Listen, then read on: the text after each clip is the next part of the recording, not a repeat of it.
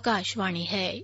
कोविड-19 विशेष कार्यक्रम के अंतर्गत प्रस्तुत है कोरोना वायरस संक्रमण की वर्तमान स्थिति पर चर्चा, जिसे प्रस्तुत कर रहे हैं आकाशवाणी संवाददाता आनंद श्रीवास्तव। इस कार्यक्रम में आमंत्रित विशेषज्ञ हैं स्वास्थ्य विशेषज्ञ डॉक्टर तन्मय तालुकदार। नमस्कार। बदलाव प्रकृति का नियम है। समय के साथ बहुत सारी चीजें बदल जाती हैं। अब कोरोना के इस संक्रमण काल को ही ले लीजिए। हमारे, आपके, हम सब के जीवन में बहुत कुछ बदल गया है। हमारी दुनिया घरों तक ही सिमट कर रह गई है।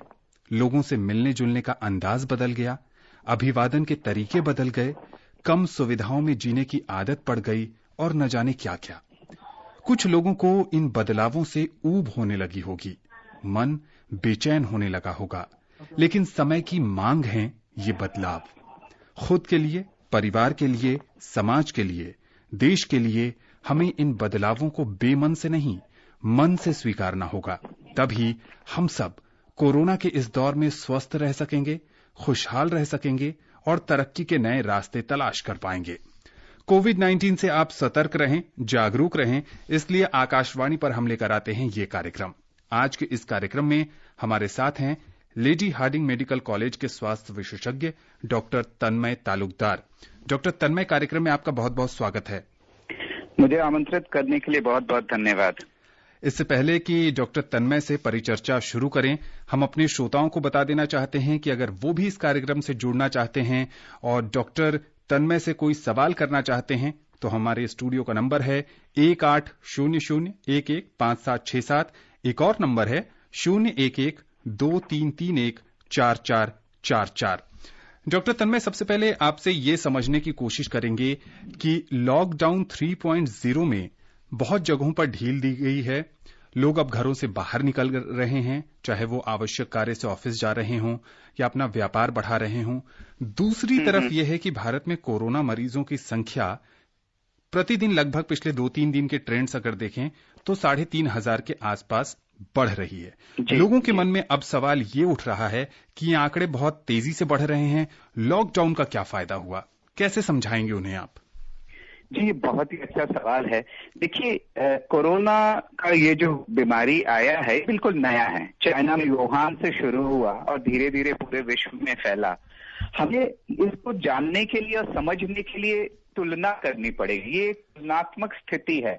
हम जब भारत की तुलना विश्व से और विश्व के कुछ ऐसे देशों से करेंगे जैसे स्पेन, इटली एवं यूनाइटेड स्टेट्स ऑफ अमेरिका, तो हम ये पाएंगे कि बीमारी तो यहाँ पर भी धीरे धीरे थोड़ी सी बढ़ी है, उसमें कोई दो राय नहीं है। परंतु सच्चाई ये है कि ये नई बीमारी को रोकने में हम काफी हद तक कामयाब हुए हैं। मैं उसको और आगे थोड़ा सा समझाता हूँ। जिस रेट से, जिस रफ्तार से ये बीमारी बढ़ी है, जो हमारा डबलिंग रेट रहा है, जैसे कितने दिनों में नंबर्स दुगने हो जाते हैं। जैसे 10 लाख मरीजों में, जैसे 1 मिलियन कहते हैं, जो मृत्यु की संख्या है या फिर बीमारी की संख्या है, अगर हम ये सारे आंकड़ों में पूरी दुनिया में तुलना करें तो हम पाएंगे कि हिंदुस्तान ने अब तक अच्छा परफॉर्म किया है और भी आगे करते रहना है, क्योंकि ये लड़ाई खत्म नहीं हुई, चैलेंज बनी हुई है। तो ये पहले तो हम समझे कि नई बीमारी है, धीरे धीरे फैलना तो स्वाभाविक है। हमारा काम था कि इसकी गति को रोकें। जिस रेट से ये बीमारी एक से दूसरे को फैल रही है, जिसे टेक्निकली हम लोग कहते हैं to prevent the chain of transmission of disease, जो फैलाव है बीमारी का, उसकी गति को रोकें। और उसमें लॉकडाउन में हम लोग कामयाब रहे हैं, उसमें कोई दो राय नहीं है। लॉकडाउन का एक और बहुत महत्वपूर्ण फायदा ये रहा है कि हम तैयार हो पाए हैं। चाहे ये हमारे अस्पतालों को तैयार करने की आवश्यकता हो, बेड्स की, आइसोलेशन एरियाज की, वेंटिलेटर्स की, हमारे लैब, अब देखिए ना, एक लैब से शुरू हुआ था, 300 से ऊपर लैब्स हो गए, 300 से कई ज्यादा लैब्स हो गए हैं पूरे देश में जो इसकी जांच करते हैं। इसके अलावा आप देखेंगे अब देश में कितनी चीजें बनने लगी हैं, चाहे वो पर्सनल प्रोटेक्टिव इक्विपमेंट्स हो, वेंटिलेटर्स हो। तो हम इस दौरान इस महामारी से लड़ने के लिए तैयार भी हो पाए हैं। तो जाहिर है लॉकडाउन का फायदा हुआ है और हमें उसको आगे बरकरार रखना अत्यंत आवश्यक है। जी बिल्कुल। डॉक्टर तन्मय, जैसे कि आपने कहा कि ये नोवेल कोरोना वायरस है, जैसे जैसे समय बीतता जाएगा वैसे वैसे इस पर और रिसर्च सामने आएंगी, वायरस की प्रकृति को समझने में और इसके लिए वैक्सीन के निर्माण में। रोज नए नए शोध आ रहे हैं। आज ब्रिटेन से एक शोध ये आया है कि कोरोना वायरस का जो प्रभाव है वो मोटे लोगों पर ज्यादा होता है और मृत्यु दर भी उनमें ज्यादा है। आईसीएमआर की एक रिपोर्ट कहती है कि दिल्ली में हर चौथा बच्चा मोटा है और भारत में मोटापा के शिकार लोगों की संख्या वो लगभग 5 करोड़ से अधिक है। क्या कहता है ये शोध और क्या इसका है प्रभाव, ये थोड़ा हमारे श्रोताओं को बताएं। जी हाँ, बिल्कुल। देखिए, सबसे पहले तो ये हमें मानना पड़ेगा, अब मोटापा एक अभिशाप के रूप में आ गया है और सिर्फ कोरोना के लिए ही नहीं, कितनी ही बीमारियां हैं जो मोटापे में ज्यादा हैं। और पहले हम लोग सोचते थे दिल की बीमारी में शायद ज्यादा होता होगा या मधुमेह या डायबिटीज ज्यादा होता होगा, लेकिन अब साबित हो रहा है धीरे धीरे कि सांस की बीमारियां, दमा और लंग्स की दूसरी चीजों में भी मोटापा असर करता है। और वही चीज देखिए कोरोना में भी अब सबूत आने लगे, जैसा आप बता रहे थे ब्रिटेन की स्टडी, आपने बिल्कुल सही बताया, वहां पे मोर्टालिटी भी मोटे लोगों में ज्यादा है और इसके साथ साथ हॉस्पिटल स्टेज भी ज्यादा है। तो हमें ये मानना होगा कि मोटापा एक तरह की बीमारी है और कोरोना प्री एग्जिस्टिंग बीमारियां, यानी पहले से अगर कोई बीमारी हमारे मरीजों में हो तो वहां पे आउटकम्स यानी लंबा बीमार रहना, जिसे हम लोग मॉर्बिडिटी कहते हैं, या फिर मृत्यु ज्यादा होना, मोर्टालिटी, वो ज्यादा है। सिर्फ मोटापा ही नहीं, आप देखिए अगर किडनी की डिजीज है, लिवर की डिजीज है, लंग की परेशानी है,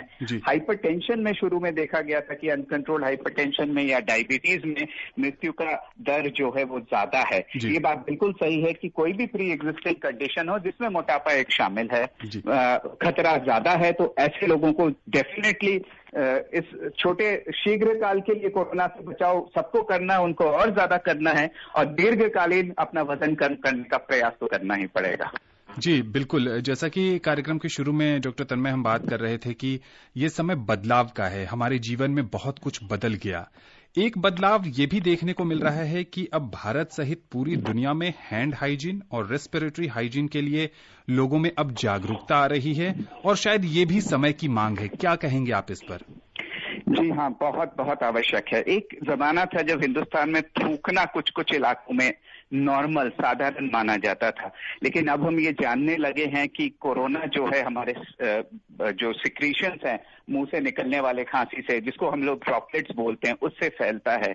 तो ये एक मैंने उदाहरण दिया। अब समय आ गया है कि हम अपनी लाइफस्टाइल को बदलें, इन आदतों को, जिसे मैं अच्छी आदत कहूंगा, उसको अपनी जिंदगी का नॉर्मल हिस्सा मान लें। ये कोरोना तो आगे चल के हम लोग इस पर विजय अवश्य प्राप्त करेंगे, लेकिन ये अच्छी आदतें हमारे साथ अगर बनी रहे, जैसे कि सिंपल सी चीज, बार बार हाथ धोना। हमें पहले भी बताया गया, बचपन से हमेशा हमारी दादी नानी बोलती आई कि बाहर से आओ तो हाथ धो। अब उसका साइंटिफिक रीजन हमें समझ में आने लगा है कि अगर हम हैंड हाइजीन करें सैनिटाइजर से 20 सेकंड या साबुन से बेहतर तो है साबुन पानी 40 सेकंड, अगर हम उसको अच्छे से करें और बार बार हर चैनल्स में हर जगह तरीका बताया गया है, सिर्फ लगाने से ही नहीं चलेगा, सामने की तरफ, पीछे की तरफ, उंगलियों के बीच में, अंगूठे में, नाखून के साथ, ये जैसे 7 स्टेप्स हैं जिसे कहा जाता है, ये हाथ धोना बार बार अत्यंत आवश्यक है। और क्यों, ये जानना भी जरूरी है। भाई हाथ बार बार क्यों धोएं? एक तो खाने से पहले, शौच के बाद हम लोग पहले भी करते आए हैं, लेकिन ये बार बार हाथ धोना क्यों? क्योंकि पाया गया कि सांस की ये जो बीमारियां, खासकर हम अभी कोरोना की बात कर रहे हैं, वो नाक, कान, आंख या क्षमा चाहता हूं, नाक, आंख और मुंह को छूने से फैलता है। एक तो ड्रॉपलेट से सीधा फैलता है, जब हम खांसते हैं या छींकते हैं या जोर से बोलते हैं, सामने वाले, अगर मैं बीमार हूं और सामने वाले के अंदर वो चला जाए तो वो तो बीमारी फैलेगी। दूसरा, ये फोमेट वाला तरीका जो है, अगर हम कहीं छुएं जहां कीटाणु है और फिर हम अपने नाक, मुंह और आंख को छुएं तो वो बीमारी फैल सकती है। इसीलिए हाथ धोना अत्यंत आवश्यक है। आपका दूसरा सवाल था जो आपने पूछा, वो था रेस्पिरेटरी हाइजीन। उसी तरह खांसते वक्त हम लोग आमतौर पे पहले कैसे खांसा करते थे? या तो मुंह ढकते ही नहीं थे, या ढकते भी थे तो अपने हाथ से ढकते थे, तो उसका कोई लाभ नहीं था, क्योंकि हाथ से तो हम दूसरी जगह भी छूते हैं। तो बेहतर है कि टिश्यू पेपर से हम टिश्यू का इस्तेमाल करें। टिश्यू नहीं है तो हाथ की कोहनी का इस्तेमाल करें, लोगों से दूर मुड़ के करें। ये सब हमें ध्यान रखना है। दूसरी चीज जो है, मास्क एक स्टाइल स्टेटमेंट बनने वाला है। मेरा ये मानना है कि अब हम अलग अलग डिजाइन के, रंगों के, स्टाइल वाले मास्क का समय आ गया है और मास्क पहनने वाले को बीमार समझने की बजाय हम एक जिम्मेदार नागरिक समझेंगे, क्योंकि वो अपना और दूसरों की सेहत का ध्यान रख रहे हैं। तो ये मास्क पहनना, हाथ धोना, उचित तरीके से खांसना, ये जिंदगी का साधारण प्रक्रिया, नॉर्मल लाइफस्टाइल होने का समय आ गया है। जी बिल्कुल, और इन बदलावों के साथ ही हमें जीवन जीना होगा। कोरोना का टीका कब आएगा? दुनिया भर के प्रयोगशालाओं में वैज्ञानिक अथक परिश्रम कर रहे हैं, लेकिन जब तक कोई वैक्सीन, जब तक कोई टीका इसका विकसित नहीं हो जाता, तब तक हमें इन बदलावों को अपने जीवन में समाहित करना होगा। तभी हम कोरोना के संक्रमण से बच सकते हैं।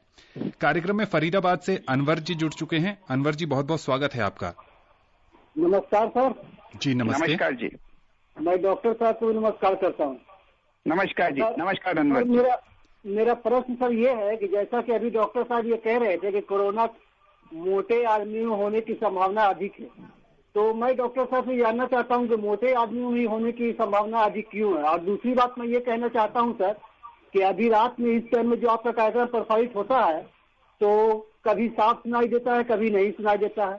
अब इस कार्यक्रम को आप लोग दोबारा सुबह प्रसारित करते हैं, सुबह में बिल्कुल साफ सुनाई देता है हमारे यहाँ फरीदाबाद में, लेकिन सुबह में चक्कर ये होता है कि प्रोग्राम जैसे ही शुरू होता है लाइट कट जाती है और एकदम आखिर में लाइट आती है जब रेडियो प्रेजेंटर साहब डॉक्टर साहब को ये कहे हुए होते हैं कि बहुत बहुत शुक्रिया डॉक्टर साहब, आप हमारे स्टूडियो में तशरीफ लाए, तब लाइट आती है। अनवर जी, पहले प्रश्न का जवाब डॉक्टर साहब देंगे। मैं आपको बता दूं कि कई बार तकनीकी खामियां होती हैं। यहां से दुनिया भर में आकाशवाणी के इस स्टूडियो से प्रसारण होता है। डिजिटल माध्यम से ये कार्यक्रम आप हमारे वेबसाइट पर भी सुन सकते हैं, मोबाइल ऐप पर भी सुन सकते हैं, न्यूज ऑन AIR पे। अगर आपके यहाँ पर कोई तकनीकी खामी है तो आप अपने रेडियो सेट को थोड़ा एडजस्ट करें। अगर आप मोबाइल पर ये कार्यक्रम सुन रहे हैं तो हो सकता है कि वहां कई बार सिग्नल संबंधी परेशानी हो सकती है। डॉक्टर तन्मय। हाँ जी। देखिए, मैं एक पहले स्पष्टीकरण देना चाहूंगा, शायद मैं समझा नहीं पाया था। मोटे लोगों में ये बीमारी ज्यादा होती है ऐसा नहीं। ये बीमारी कोरोना एक बहुत ही अलग किस्म का है। ये कोई भेदभाव नहीं करता, ना जात पात, ना उम्र का, ना ऊंच नीच का, है ना। मैं ये कहना चाह रहा था कि कोरोना हो जाने के बाद तबीयत खराब होना और मृत्यु ज्यादा होने का कारण क्या है। ये बीमारी तो सबके अंदर जाती है, बराबर जाती है, और लेकिन कुछ ऐसे विशेष वर्ग हैं जिनको, सेहत के मामले में विशेष वर्ग हैं जिनको इससे ज्यादा बीमारी हो सकती है, ज्यादा देर अस्पताल में रहना पड़ सकता है, और अनचाही जैसे मृत्यु है वो हो सकता है।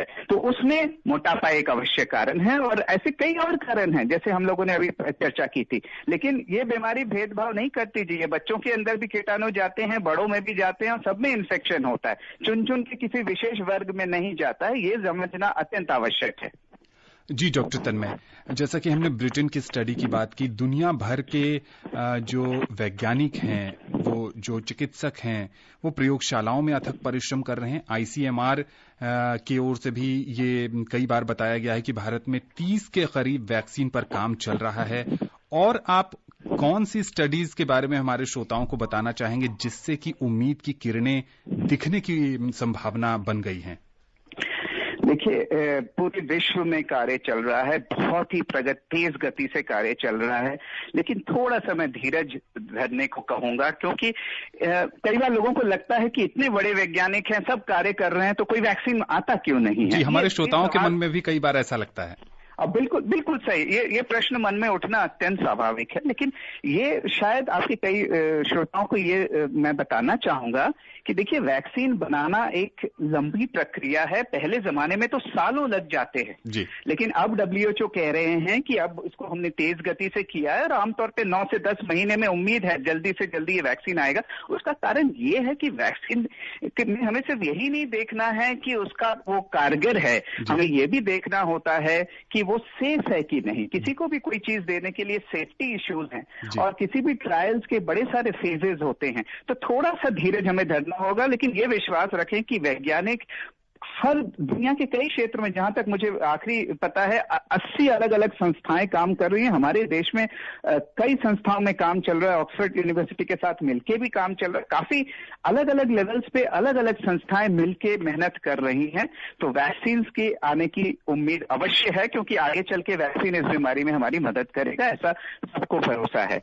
जहां तक दूसरी दवाइयों का सवाल है, उसमें भी कई सारे रिसर्च चल रहे हैं, और कई ड्रग्स की बात की जा रही और ये कल भी जैसे 2 नए ड्रग्स को परमिशन मिला ट्रायल के लिए, जिसमें से एक फेविपिराविर है, रेमडेसिविर नामक एक दवाई, उसका भी शोध कार्य चल रहा है। और हमारे यहाँ प्लाज्मा थेरेपी पे अभी रिसर्च ICMR अप्रूव होके आगे बढ़ रहा है। ऐसी कई दवाइयां, आज ही अखबारों में आया है हांगकांग की एक स्टडी है जहां पे मल्टी ड्रग का कॉम्बिनेशन 3 अलग अलग दवाई मिला के कुछ अच्छे नतीजे आए हैं। लेकिन फिर से मैं दोबारा से ये डिस्क्लेमर देना चाहूंगा कि ऐसी रिसर्चेस होती रहेंगी और आखिरकार इनमें से उभर के आएगा एक परफेक्ट मतलब एक अच्छी दवाई उभर के आएगी, और कहीं पे कुछ खामियां आएंगी, कहीं कुछ फायदा निकलेगा, और शोध कार्य करते करते हमें जरूर मिलेगा इसका नतीजा।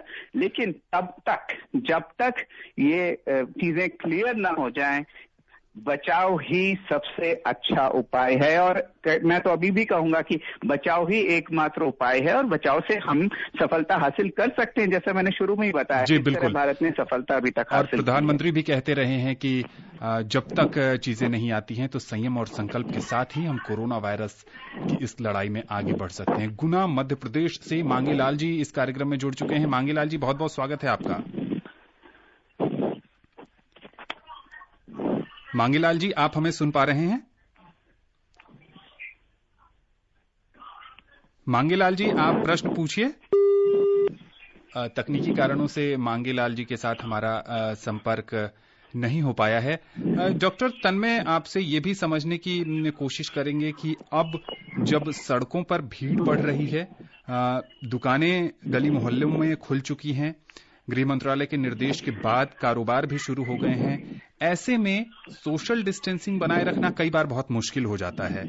वहां पर क्या सावधानियां बरतने के लिए आप कहेंगे? बिल्कुल अच्छा प्रश्न है। पहली चीज तो हमें ये ध्यान रखना होगा कि जब तक आवश्यकता ना हो भीड़ भाड़ वाले इलाकों में ना जाएं। ये बहुत ही सिंपल सा सरल उपाय है। भीड़ भाड़ से दूर रहना है जब तक अत्यंत आवश्यक ना हो, पहली चीज। दूसरी चीज, अगर हमें पहले से कोई और बड़ी बीमारी है या मैं 60 साल या बुजुर्ग वर्ग में आता हूं, तो फिर मैं कोशिश करूंगा कि मैं बाहर ज्यादा से ज्यादा ना निकलूं, घर के अंदर ही रहूं, किसी दूसरे की मदद से ये कार्य, घर के आवश्यक कार्य को करूं। तीसरी चीज जो मैं कहना चाहूंगा कि अब मास्क पहनना अनिवार्य हमें बनाना पड़ेगा, क्योंकि देखिए अगर हम मास्क पहने रहेंगे वो एक स्वच्छता का प्रतीक ही नहीं है, वो हमें इन्फेक्शन से बचाएगा भी। और अनचाहे अनजाने अगर हमारे अंदर वो कीटाणु हैं तो हम दूसरों को नहीं देंगे, क्योंकि एक साधारण मास्क उसको रोकने में काफी हद तक कामयाब होगा। तो ये चीजें हमें ध्यान रखनी है। दूसरा, क्यों ना स्टैगर्ड कर लिया जाए, एक ही समय में सब एक साथ ना निकलें, टाइमिंग अलग कर लें। किसी दुकान के बाहर अगर हम, छोटे छोटे उपाय हैं, किसी दुकान के बाहर अगर हम अभी भीड़ देख रहे हैं तो अभी उस तरफ ना जाएं, थोड़ा सा रुक जाएं, थोड़ा दूर रुक के इंतजार करें। ये सारी चीजें ध्यान रखनी है। और दूसरा, फाइनली हैंड हाइजीन, क्योंकि कीटाणु अगर हमने मास्क पहना हुआ है तो हमारे अंदर यही फोमाइट्स से जाएगा, जो हम सामान लेके आते हैं, या जो बाजार से थैला हुआ, या कोई दूसरी चीज हुई, कोई भी बाहर का चीज अगर हम छुएं तो हमें हाथ धोना जरूरी है। ये कीटाणु अपने आप से आसानी से हमारे अंदर नहीं घुसेगा अगर हमने ये सारे परहेज किए तो। बाहर की चीजों को अच्छे से धो लें, अपने हाथ को अच्छे से धो लें। और ये बेसिक जो बार बार, मुझे पूरा यकीन है कि आपके कार्यक्रम में बार बार कई विशेषज्ञों ने इनके तरीके बताए होंगे, तो उन सब नियमों का अगर हम पालन करेंगे तो फिर हम बाहर जा सकते हैं। लेकिन फिर भी इट्स बेटर कि हम लोग स्टैगर्ड वे में जाएं, एक साथ एक भीड़ ना करें, जहां तक संभव हो दूरी बनाए रखें। हम माननीय प्रधानमंत्री जी ने तो कहा ही है 2 गज की दूरी है अत्यंत जरूरी। तो अगर हम वो रूल फॉलो करें तो कोरोना को काफी हद तक हम काबू में ला पाएंगे। बिल्कुल। छत्रपाल जी कार्यक्रम में जुड़ चुके हैं, बहुत बहुत स्वागत है आपका। छत्रपाल जी, आप हमें सुन पा रहे हैं? जी सर, आवाज कम आ रही है सर आपकी। हाँ जी, बताएं क्या जानना चाहते हैं आप? छत्रपाल सैनी बोल रहा हूँ सर मैं। जी, बताएं क्या जानना चाहते हैं? सर आपकी आवाज कम आ रही है। आप सवाल पूछिए छत्रपाल जी। सवाल सर ये है मेरा जी, जो हम हाथ से सैनिटाइजर करते हैं जी, वो सैनिटाइजर लगे हाथ से क्या कोई गोली खाना है बुखार की या खाना खाना है, क्या वो खा सकते हैं या नहीं खा सकते हैं सर, इसके बारे में जानना चाहता हूँ। जी डॉक्टर तन्मय। हाँ जी, बहुत अच्छा प्रश्न है उनका। देखिए, सैनिटाइजर तो हाथ में हम लोग 70% अल्कोहल होता है उसमें, सैनिटाइजर्स का जो मिनिमम रिक्वायरमेंट है 60 से 70% का अल्कोहल, और हाथ में हम लोग लगाते ही अगर अच्छे से जो कदम है सैनिटाइजर्स लगाने के, उसको अगर हम अच्छे से हाथ में मल लेते हैं तो थोड़ी देर में इवापोरेट हो जाता है, वो सूख जाता है, तो उससे आपका हाथ बिल्कुल स्वच्छ हो जाता है। तो जाहिर है आप दवाइयां या दूसरी चीज बिल्कुल खा सकते हैं हाथ के सूख जाने के बाद, जब आपका हाथ सैनिटाइज हो जाए। इनफैक्ट वो तो अच्छी बात है कि आप हाथ साफ करके दवाइयों को खा रहे हैं, तो वो बहुत ही वो उसकी राय रहेगी कि आप ऐसा जरूर करें। जी बिल्कुल, और बहुत सारे लोगों के मन में ये शंका होती है कि सैनिटाइजर लगाने के बाद कहीं उसका कोई गलत प्रभाव तो न पड़े। उसी से संबंधित डॉक्टर तन्मय बता रहे थे कि ऐसी कोई समस्या नहीं है। हमारे साथ कार्यक्रम में अगले कॉलर जुड़ चुके हैं, शिवम उत्तर प्रदेश से। शिवम जी, बहुत बहुत स्वागत है आपका। धन्यवाद सर। पूछे, क्या जानना चाहते हैं आप? जी सर, मैं जानना चाहूंगा सर, जो हम गर्म पानी से यूज करते हैं सर, वो सही रहेगा, और सैनिटाइजर या साबुन का प्रभाव कितने समय तक रहता है? जी डॉक्टर तन्मय। दूसरा सवाल मुझे समझ, एक तो गर्म पानी के बारे में दूसरा सवाल ये जानना चाह रहे हैं कि साबुन से कोई व्यक्ति हाथ धोता है या अपने हाथ में सैनिटाइजर लगाता है, उसका प्रभाव कितने समय तक रहता है? जी हाँ, बहुत अच्छा सवाल है। गर्म पानी पीने के बारे में पूछ रहे थे क्या? पहला सवाल जो देखिए, हमारे आयुष मंत्रालय के जो दिशा निर्देश आए हैं उसमें अगर आप उसको ध्यान से पढ़ेंगे तो सबसे पहले गर्म पानी बार बार पीने का सलाह दिया गया है। तो गर्म पानी पीने से कोई नुकसान नहीं है, उल्टा सेहत में आपको फायदा ही हो सकता है। जहां तक ये हाथ धोने का सवाल है, दोनों ही विधि जो है वो सही है, चाहे वो चाहे ये साबुन पानी वाला हो 40 सेकेंड या फिर सैनिटाइजर वाला। लेकिन अगर आपके हाथ गंदे हैं, किसी कारण से मैल दिख रहे हैं उसमें, तो उसमें प्रेफर ये किया जाता है कि आप सैनिटाइजर नहीं, साबुन पानी से हाथ धोएं, वो बेटर रहेगा। अगर गंदे हाथ हैं, पहले से दिख रहे हैं, विजिबली डर्टी, तो फिर साबुन पानी बेटर चॉइस है। जहां तक ये सवाल उनका कहना कि कितनी जल्दी या कितनी देर तक हाथ धोना जल्दी धोना चाहिए, इसमें एक कोई विशेष उत्तर नहीं है। अगर मान लीजिए आपका कार्य ऐसे है कि आपको बार बार बाहर की चीजें करना पड़ रहा है, जैसे आप रुपयों का कारोबार है, आप किसी बिजनेस में हैं और आपको लोगों से पैसे लेने हैं, तो जाहिर है वहां आपको बार बार हाथ धोना पड़ेगा। लेकिन अगर आप घर के सिक्योर्ड माहौल में हैं, बाहर से होके आए हैं, हाथ धोके बैठे हैं, तो आपको फिर बार बार धोने की जरूरत नहीं। फिर भी ये जरूर हम आपको अनुरोध करेंगे कि जितना ज्यादा ये किया जाए उतना अच्छा है, क्योंकि ये कोरोना का जब तक ये थ्रेट है, हमारा बचाव हैंड हाइजीन और कफ एटिकेट ही है, सोशल डिस्टेंसिंग के साथ साथ। डॉक्टर तन्मय, वो जानना चाह रहे थे कि अगर व्यक्ति एक बार हाथ धो लेता है या एक बार सैनिटाइजर यूज कर लेता है, उसका प्रभाव कितने समय तक होता है? हाथ साफ रहने का प्रभाव ना? जी हाँ, मैंने वही जवाब दिया कि अगर कार्य ऐसा हम बार बार दूसरी चीजें, इन्फेक्टेड चीजें छूने की संभावनाएं नहीं है, तो हम 3 से 4 घंटे तक आराम से निश्चिंत मान सकते हैं। लेकिन अगर हम किसी ऐसी एक्टिविटी में हैं जहां हमें बार बार बाहर की चीजें छूना पड़ रहा है या इन्फेक्टेड माहौल में हम लोग हैं, तो वहां उससे ज्यादा भी जल्दी हम लोग हैंड वॉश से बेहतर है, उस सिचुएशन में हैंड सैनिटाइजर यूज कर सकते हैं। मध्य प्रदेश से राम जी जुड़ चुके हैं कार्यक्रम में। राम जी, बहुत बहुत स्वागत है आपका। राम जी, आप हमें सुन पा रहे हैं? जी हाँ, सुन पा रहे हैं सर जी। मैं एक प्रश्न ये कर रहा हूँ जी कि जैसे सिर का बाल कटवाना है नाई से जी, तो उसमें भी क्या कोरोना हो सकता है हम लोगों को? डॉक्टर तन्मय। जी हाँ, बहुत अच्छा प्रश्न है। देखिए, बाल काटने से कोरोना का संबंध तो नहीं है, लेकिन हमें ये देखना होगा कि जब हम बाल काटने अगर जाएंगे और वहां पे भीड़ भाड़ है या 1 मीटर की दूरी बरकरार नहीं है, तो और वहां पे कोई ऐसा व्यक्ति बीमार हो। अब यहाँ मैं एक चीज बताना चाहूंगा, कोरोना में एक थोड़ी सी मुश्किल ये है कि हम लोग जिसे एसिम्प्टोमेटिक कैरियर्स या माइल्डली सिम्प्टोमेटिक कैरियर्स कहते हैं, यानी मरीज को बहुत ज्यादा कुछ लक्षण नहीं है, गले में हल्की सी परेशानी, हल्का बुखार जो शायद उन्हें पता भी ना चल रहा हो, ऐसे लोग भी कीटाणु कैरी कर सकते हैं और एक से दूसरे में वो फैल सकता है। तो ऐसे माहौल में मैं ये तो सजेस्ट करूंगा कि भीड़ भाड़ इलाकों से दूर रहें, और उससे भी बेहतर है कि अगर कुछ करवाना ही जरूरी है तो आप मास्क पहने और ना ही मास्क पहने और घर में आके अच्छे से नहा लें, कपड़ों को अच्छे से धो लें, तो फिर कोई चिंता की बात नहीं।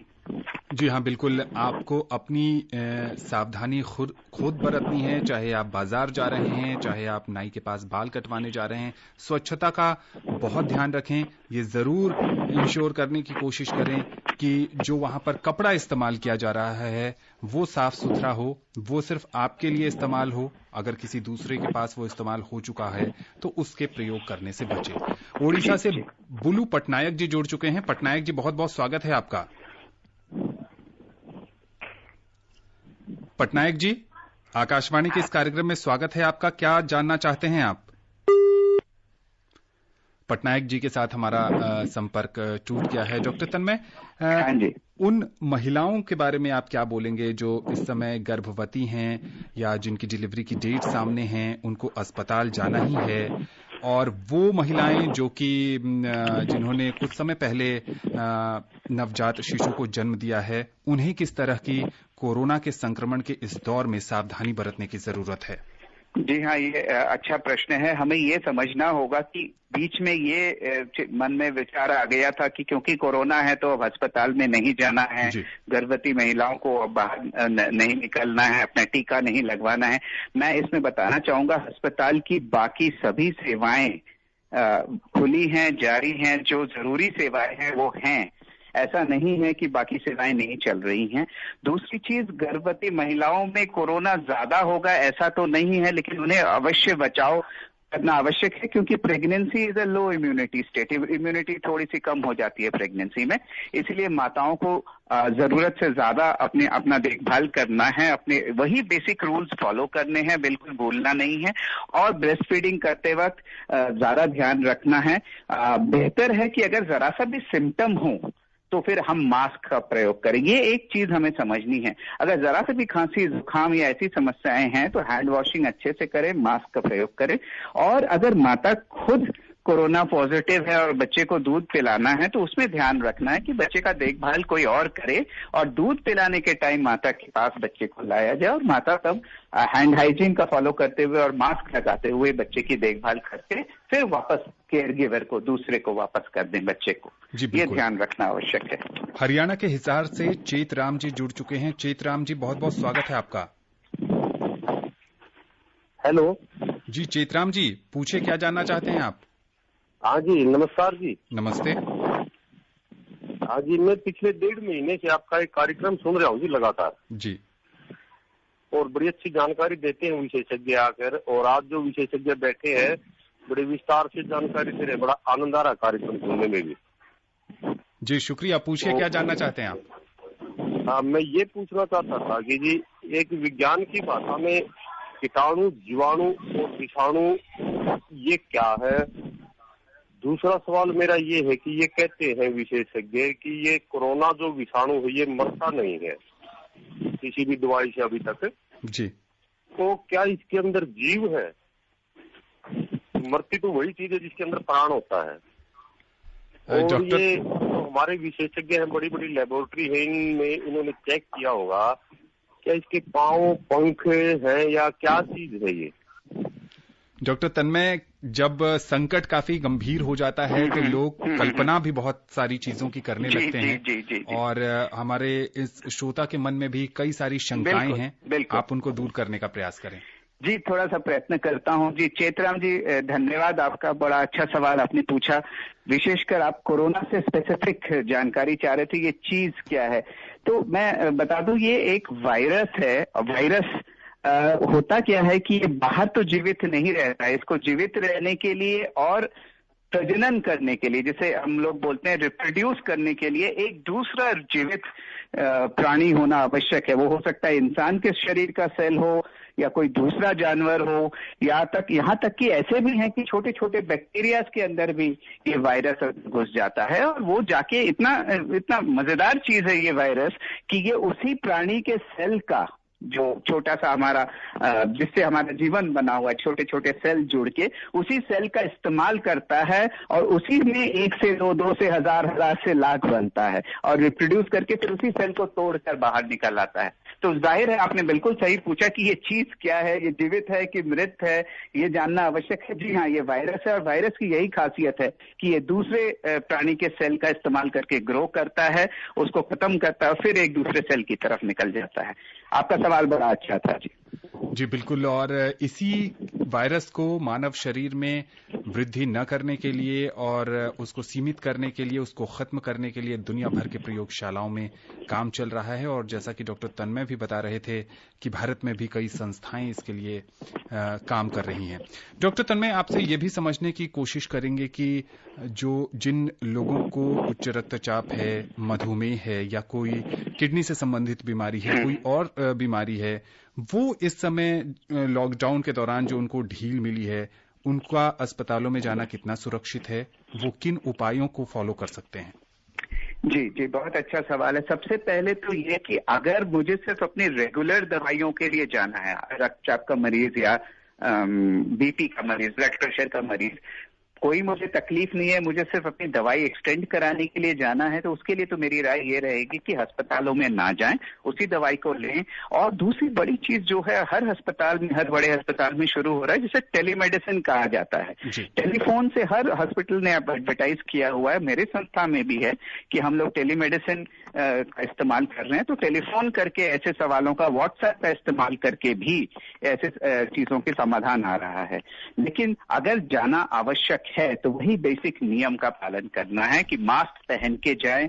कोरोना के जो डेजिग्नेटेड अस्पताल, अब तो सभी इंटरनेट में और न्यूज़पेपर, अखबारों में आ गया है, हर शहर में, हर राज्य में ये क्लियर है कि कौन सा अस्पताल कोरोना को देख रहा है। तो बेहतर है कि अगर आपके आसपास कोई नॉन कोविड अस्पताल है या अस्पताल का नॉन कोविड सेक्शन है तो आप वहां जाएं, प्रिकॉशंस लेते रहें। क्योंकि मैंने जैसे एसिम्प्टोमेटिक कैरियर की बात की थी कि हो सकता है कोई ऐसा व्यक्ति जिसे पता ना हो वो वायरस कैरी कर रहा है, तो प्रिकॉशन लेते रहना है और अपनी दवाइयों पे बिल्कुल ढील नहीं देनी है। क्योंकि कोविड के टाइम पे अपनी दवाई, हमेशा ही दवाई को सही समय पे लेना चाहिए, लेकिन इस समय और भी ज्यादा जरूरी है कि अपने बीपी, अपने शुगर की दवाइयों को उचित मात्रा में और उचित समय में, जैसा डॉक्टर ने बताया, डॉक्टर की सलाह पे लेते रहें।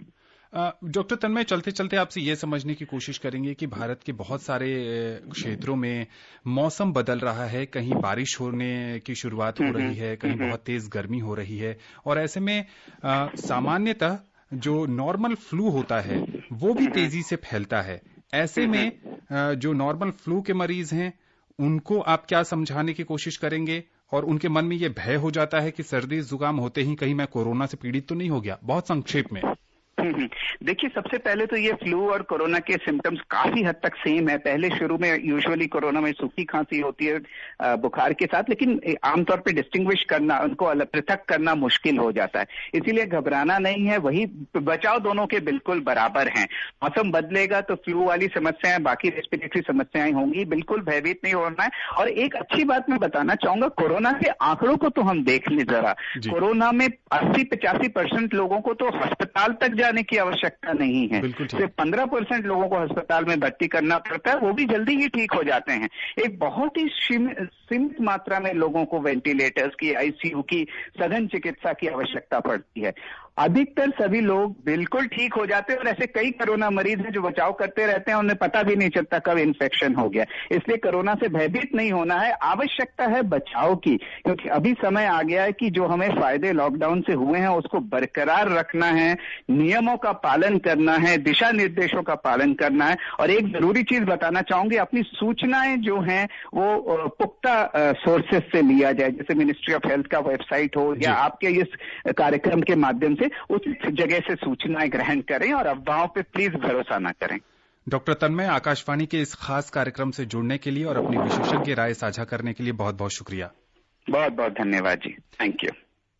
तो जैसा कि डॉक्टर तन्मय बता रहे थे कि अफवाहों से बचें, किसी भी तरह की आपको जानकारी लेनी है कोरोना से संबंधित, सरकार के टोल फ्री नंबर 1075 पर संपर्क करें, आयुष मंत्रालय के दिशा निर्देशों को पढ़ें, अपनी रोग प्रतिरोधक क्षमता बढ़ाएं, सोशल डिस्टेंसिंग का पालन करें, मास्क पहनें, साबुन से बार बार हाथ धोएं, स्वस्थ रहें, खुशहाल रहें, घर पर रहें। नमस्कार।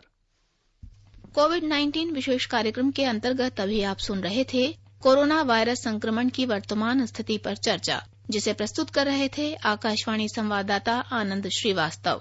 इस कार्यक्रम में आमंत्रित विशेषज्ञ थे स्वास्थ्य विशेषज्ञ डॉक्टर तन्मय तालुकदार।